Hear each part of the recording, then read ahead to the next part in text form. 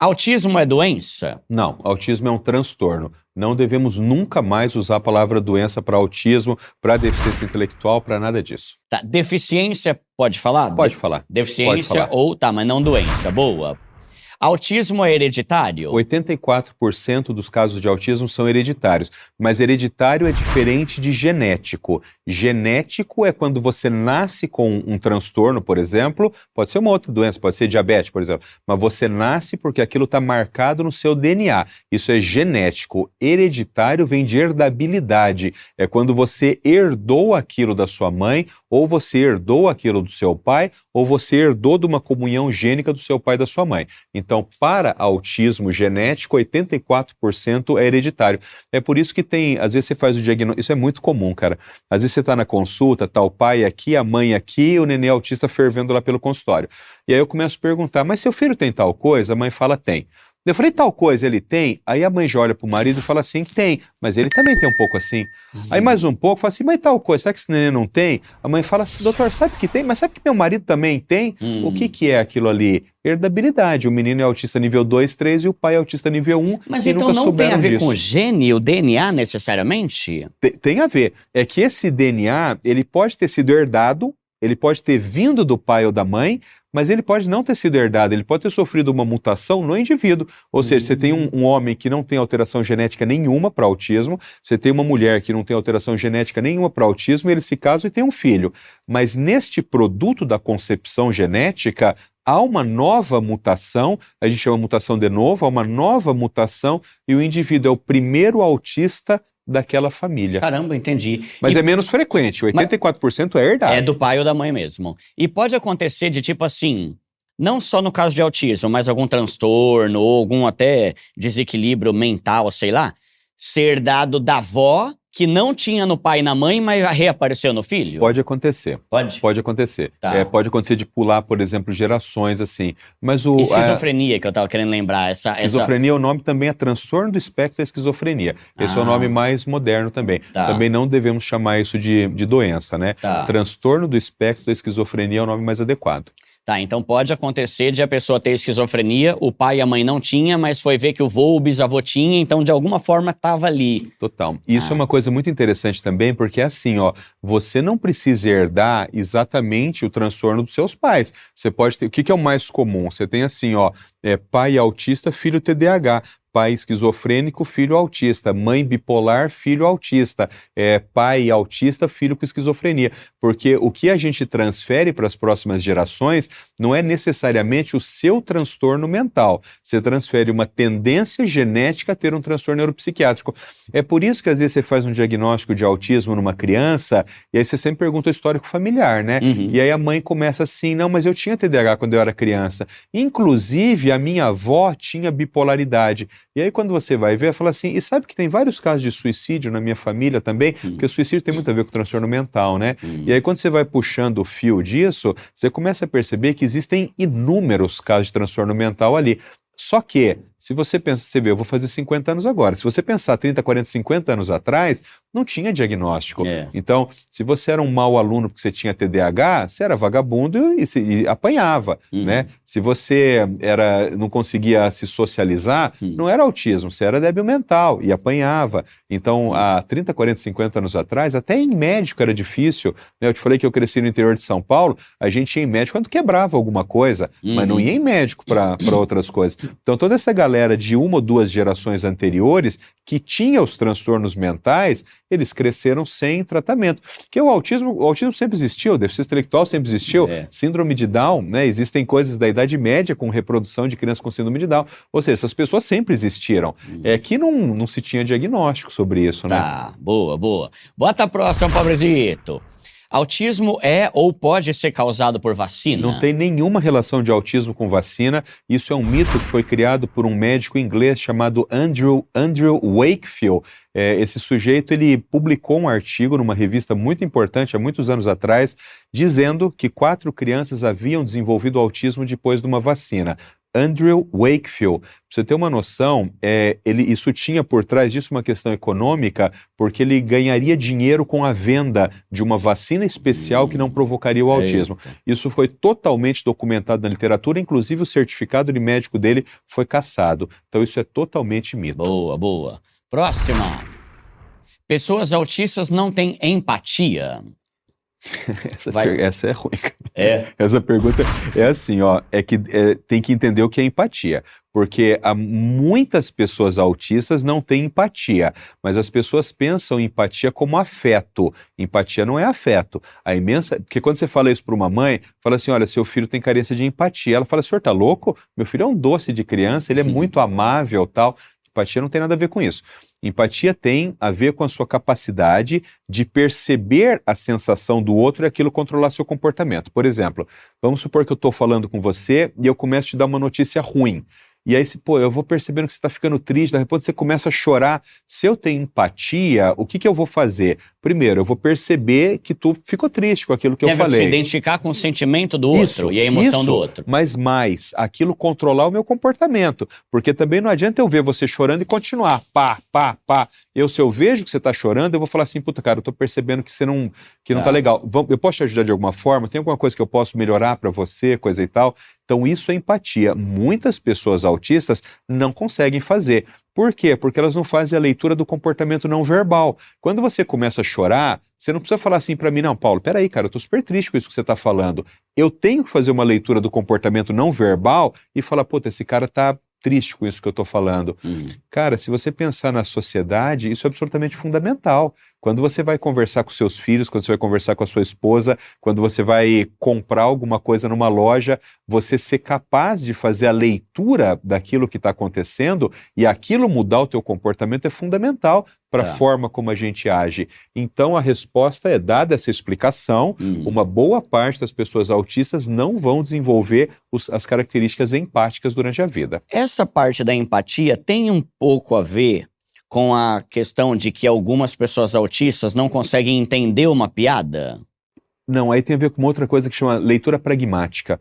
A leitura pragmática é um ramo da linguística que estuda o uso social da fala. Vou dar um exemplo. Eu olho para uma mulher e falo assim, nossa, a mulher é uma gata. Racionalmente, não tem sentido nenhum isso, né? Mulher é uma gata, mas todo mundo entendeu. Todo mundo entendeu, mulher bonita, coisa e tal, né? Isso é um pedaço da pragmática. Eu tô falando uma coisa querendo falar outra, entendeste? E isso, às vezes, as pessoas falam, mas Paulo, a gente usa isso o dia inteiro. O dia inteiro, em todos os tipos de... É burro, hein? Eu total. uso de vez em quando no canal isso, viu, gente? Quando o pessoal chega com ostentação... Pronto, já dá uma lenhada ali. Dá uma lenhada já é pragmática. É o dia inteiro, cara, é o dia inteiro. Eu em aula dou um exemplo que é assim, ó, você imagina que você entra num bar e tem uma mulher sentada, uma mulher bonita sentada num bar sozinha. E eu sou solteiro, por exemplo, tá? Aí eu chego para essa mulher e falo assim, você tá sozinha? Ué, você não tá vendo? Ela tá sozinha na mesa. Você fala assim, você tá sozinha? O que eu tô querendo perguntar? Se eu posso sentar. Se ela tiver uma boa leitura desse comportamento, ela vai falar assim, tô. Daí eu falo assim, pô, posso te acompanhar? Deu certo. Agora vamos supor que ela não tem uma boa leitura pragmática. Eu chego para ela e falo assim, você tá sozinha? Ela fala assim, tô. Daí eu falo, poxa, que bom, posso sentar para te acompanhar? Ela fala, que absurdo, é sua mulher casada.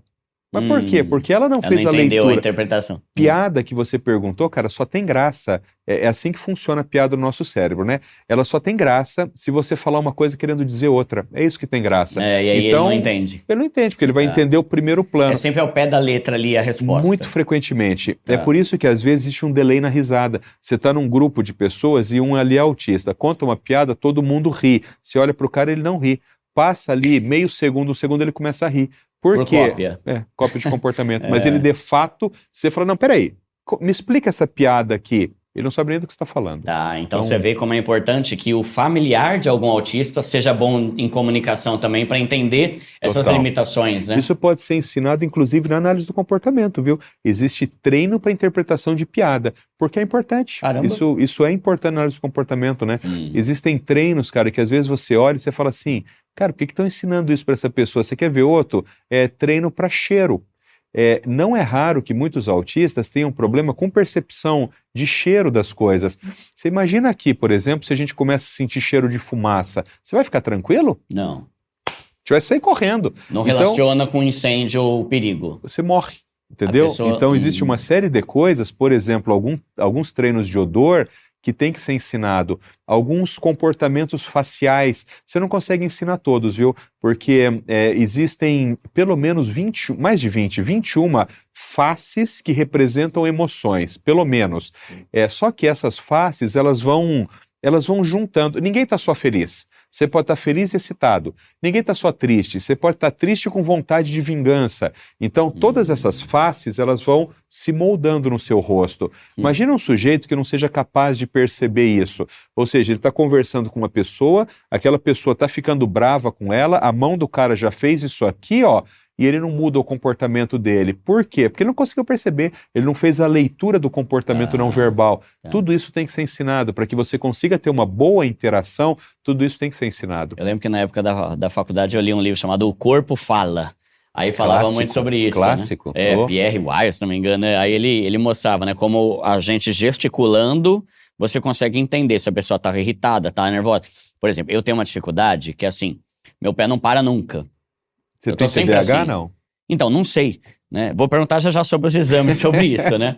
Meu pé não para. E eu fico agoniado, porque quando a pessoa tá assim, eu passo a linguagem, tipo, a pessoa tá querendo sair daqui, não aguenta mais Não conversar aguenta. comigo. Normalmente é isso mesmo. Às vezes é o fato. Às vezes é.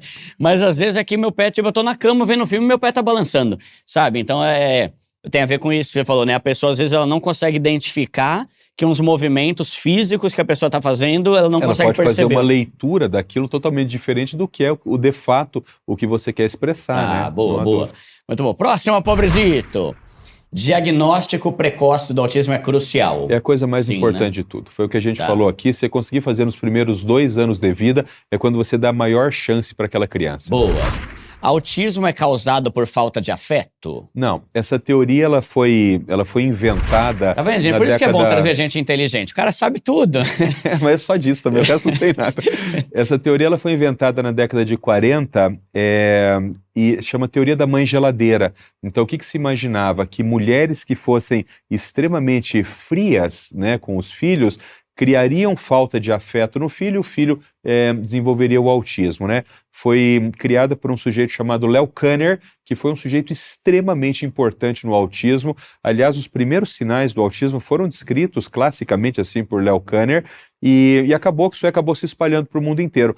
Mas muitos anos depois, Leo Kanner, antes de morrer, ele escreve um livro, ele tem muitos livros, mas esse, chamado A Fortaleza Vazia, em que ele diz que foi isso que ele falou, mas ele diz que não foi exatamente isso e que ele foi mal interpretado. Por quê? Porque ele falou isso no começo da carreira ali, coisa e tal, e aí depois a ciência foi evoluindo e ele foi entendendo que isso era um completo absurdo, né? Tá. Então não tem absolutamente nenhuma relação. Boa, boa. Exame de laboratório ajuda no diagnóstico? Não tem nenhum exame laboratorial para diagnóstico de transtorno do espectro do autismo. O diagnóstico ele é clínico. Então existe um livro, Duda, que chama DSM. O DSM é o manual da Associação Americana de Psiquiatria para diagnóstico de transtornos mentais. Então, por exemplo, vamos supor que você vai no meu consultório e fala assim, Paulo, eu estou achando que eu tenho TDAH. Aí eu pego lá o meu DSM e, claro, a gente sabe o livro de cor, né? Mas só para entender. Abro lá no capítulo do DSM e ali tem os critérios diagnósticos. E eu começo a perguntar, se tem tal coisa, cara? Tenho. Para o TDAH, por exemplo, são 18 critérios diagnósticos, divididos em 2 blocos de 9. Se você fechar 6 do primeiro bloco e 6 do segundo bloco, você tem diagnóstico de TDAH. Aí, feito essa entrevista, o diagnóstico está pronto. Você não precisa fazer ressonância, eletro e tal. Para autismo é exatamente a mesma coisa. Tá. Tem 2 blocos ali de perguntas que você tem que fazer, fechou o diagnóstico ali, acabou. Agora, você vai dizer, Paulo, mas não precisa nunca fazer nenhum exame, não é verdade? Por exemplo, eu faço um diagnóstico de autismo numa criança e eu percebo que a pálpebra direita dela, por exemplo, é mais baixa. Calma, isso não tem nada a ver com autismo. Essa criança pode ter outro transtorno neurológico. Nesse, eu vou precisar fazer uma ressonância. Mas eu estou procurando autismo? Não, o diagnóstico de autismo está aqui, o laudo é esse aqui. Mas tu tem mais alguma coisa que aí sim eu preciso investigar. Ou ele tem o diagnóstico de autismo, mas ele tem epilepsia. Ué, você vai fazer ressonância, tomografia, eletrocefalograma, tal, para investigar o autismo? Não, a epilepsia. Mas o autismo em si, o diagnóstico é eminentemente clínico. Tá, boa.